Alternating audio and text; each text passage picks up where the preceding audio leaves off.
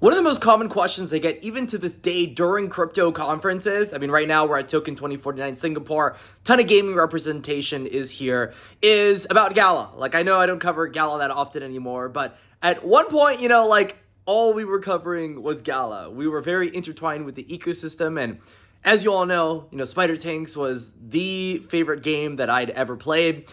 There was an update when it comes to Spider Tanks, and I'll be getting into that in this video. But I wanted to kind of answer the question that I get a lot, because if they're asking it, if founders, VCs, all are asking this question, then it's probably an important question. So if this is something you enjoy watching, all the alpha and crypto, then go ahead, like and subscribe, and let's get into it for today. So what's going on with Gala? So from my perspective, it seems like the ties are getting worse for Gala, but it seems like the community is kind of moving on a little bit. I know that LFG is happening right now. That's what, like, Jason Brink's thing. He ended up leaving Gala for that. It's pretty interesting. It's pretty interesting that he's making that move. I feel like right now we're in a state of confusion. It's kind of like when an ecosystem grows too fast and makes way too much money, they don't really know what to do with those resources. They start throwing it all over the place, and then they think they can do it right everywhere, but they can't. They really can't do it right everywhere. They have enough money to make it right, and they definitely could do it right. I mean, Gala had way too much money, right? But at the end of the day, it's about execution. And something that really rubbed me the wrong way is the Spider Tanks conundrum that's been happening for quite some time now. If you didn't know, during the bear market, Spider Tanks was the premier place to be in crypto gaming. I mean, when I started covering Spider Tanks, for the most part, it was a pretty dead game. But I mean, we went really hard on that game, and it grew a ton, until after May Mayhem. That was like the big Gala event for the year. I don't know if they're doing that this year. Probably, right? They went ahead and got into a lawsuit, and this lawsuit was talking about how, game media wasn't doing the right things and like all these different things. But the thing is, once you do that, you can essentially kill your game. You kill your game. People are going to be playing a game where they don't know if it's going to be around for tomorrow. Games that are very successful, I mean, a majority of games that have like meaningful revenue, they're games that have been around for at least 2 years.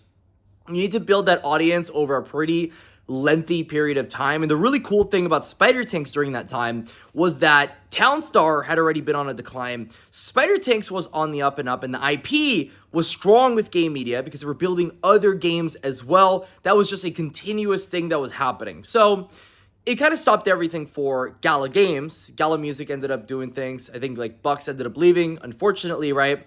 And, for the most part, we've been up in the air for what's going to be coming next. In terms of stuff that I've heard, you're looking for alpha, right? Apparently they go to Telegram. They're doing a Ton game. It's like some Trez token or something like that. Treasure token. I'm not really sure what exactly the name is, so don't quote me on this. And also, crypto is very high risk, so none of this is financial advice. But from what I've gathered, when it comes to Telegram games, I'm not too bullish on them right now. Only because, for one, Pavel Durov, the founder of Telegram, he, went ahead, moved from Russia to Dubai, which was great because he got his freedom there. But one day he decided to go to France, and, he's supposed to meet the French president. He ended up getting in prison for that. And since then, it's been very awkward for Telegram. And they were alleging that apparently he was compliant. He's just compliant because it's a privacy app, anything can happen. So anything that happens in an app is technically his fault. I think it's a little bit ridiculous. Obviously, you need to fight for free speech. That's why we're in crypto in general. But how this goes ahead and ties into crypto gaming is that right now Telegram games are not getting well funded. They're just not getting well funded. There's not millions upon millions of dollars worth of consumer spend right now on Telegram. The Telegram demographic, I feel like can do well 100%. It's like saying, people that say, Telegram has third world countries and all these things, so there's no way it can be a success. I don't think that's true. The Philippines proved that Axie Infinity, Venezuela, a lot of these third world countries that, to be honest, are some of the most ambitious countries, and I have so much respect for people that live in those countries. I've spoken to many. I was pretty much raised by a family that came from a third world country, Cuba. So Cuba libre, right? We'll see what happens with that. But for the most part, what I've realized is that it's not about the consumer spend, and it's more about how the foundation ties in these crypto games. We had Notcoin. Notcoin ended up getting listed on Binance. You know, you could kind of put 1 plus 1 together. The Telegram Foundation likely had something to do with this, or the TON Foundation. I think they're calling it the Open Network. I call it the same thing, right? But from my perspective, I do not see the same adoption coming from Facebook coming into Telegram. We're in a very volatile space in terms of politics, and politics is getting a little bit complicated. Making a game on a privacy app is a little bit questionable at the moment, and we just haven't seen enough revenue to prove that it really makes any sense. Now, making free money with bots and all these different things, you can't really count yourself out for it. It's, you know, it's free money at the end of the day, but it's not going to be that catalyst that gets Gala pumping again. It really isn't going to be that catalyst that gets Gala pumping again. And if you're looking for that catalyst that's going to get Gala pumping again, it is, I've got to say, there needs to be some kind of recouping of the relations that Gala had back last bull market. All those relationships that they ended up suing and breaking off and firing everyone because of, you know, the founders fighting. All of that needs to resolve. It's the only way this works. Spider Tanks ended up getting into that legal, you know, a lawsuit with Gala, right? And that got dismissed because apparently there was a lack of evidence or something.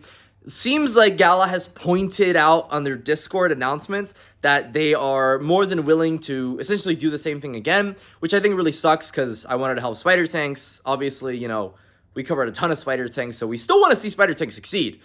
I mean, make no mistake, I would love for Gala to just pump to the moon, and I would love everything to be sunshine and rainbows, but it's just not like that right now. So it's a waiting game. We've just got to wait for those lawsuits to play out, whether or not it's positive or not, whether or not, you know, it's one of those cases where a big titan is trying to outspend a smaller project into submission, or it's just Gala trying to seek clarity.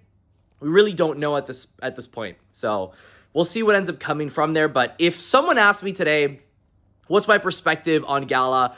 You know, would I buy Gala? I still think there's way too many crypto plays right now. For example, Sui pumped like 40% this month. Phantom is getting a lot of attraction from different people. IMX was even up 15% today. The Ronin Network announced, and I said this in a video. I don't know if people faded it or not, but I said it before they even announced it. They were teasing Tatsumiko on their page. They announced yesterday during the Ronin Forge night that Tatsumiko is officially going to be on the Ronin Network. So there's alpha all over the place in the crypto markets. To park money in the cryptocurrency that just hasn't proven itself, it sucks. The only reason I would say people should probably be like really diehard on Gala is probably because you have a founders node and you want an exit. But I mean, with founders nodes, they keep delaying the NFT aspect for founders nodes. I'm not going to lie. I would be willing to buy a founders node in the event that it goes to like 5, 10K or something ridiculous, right? It's still an investment at the end of the day. So we'll see where it ends up going, you know, when it comes to Gala. Right now, it's still in a bit of a similar situation as it was before. I wouldn't say it's a worse situation. It's kind of the same boat. Can Gala revive? Yeah, absolutely. It's still big enough to where it has enough capital to be able to make it happen, but it's turbulent. It's going to be a very turbulent journey for a crypto gaming space that is growing very quickly. The advantage that Gala had with Townstar back in the day, when it was only pretty much them and Axie Infinity, is no longer the case. So we'll see where it goes. I think they have good games. They just have to give them proper support. So good support for a good game. You can't make a good game if you don't have good marketing, because it's just not going to work out. So let me know your thoughts in the comment section. I hope this was insightful. I hope you learned something. Until the next time, stay classy. Come from Singapore. I'll see y'all later.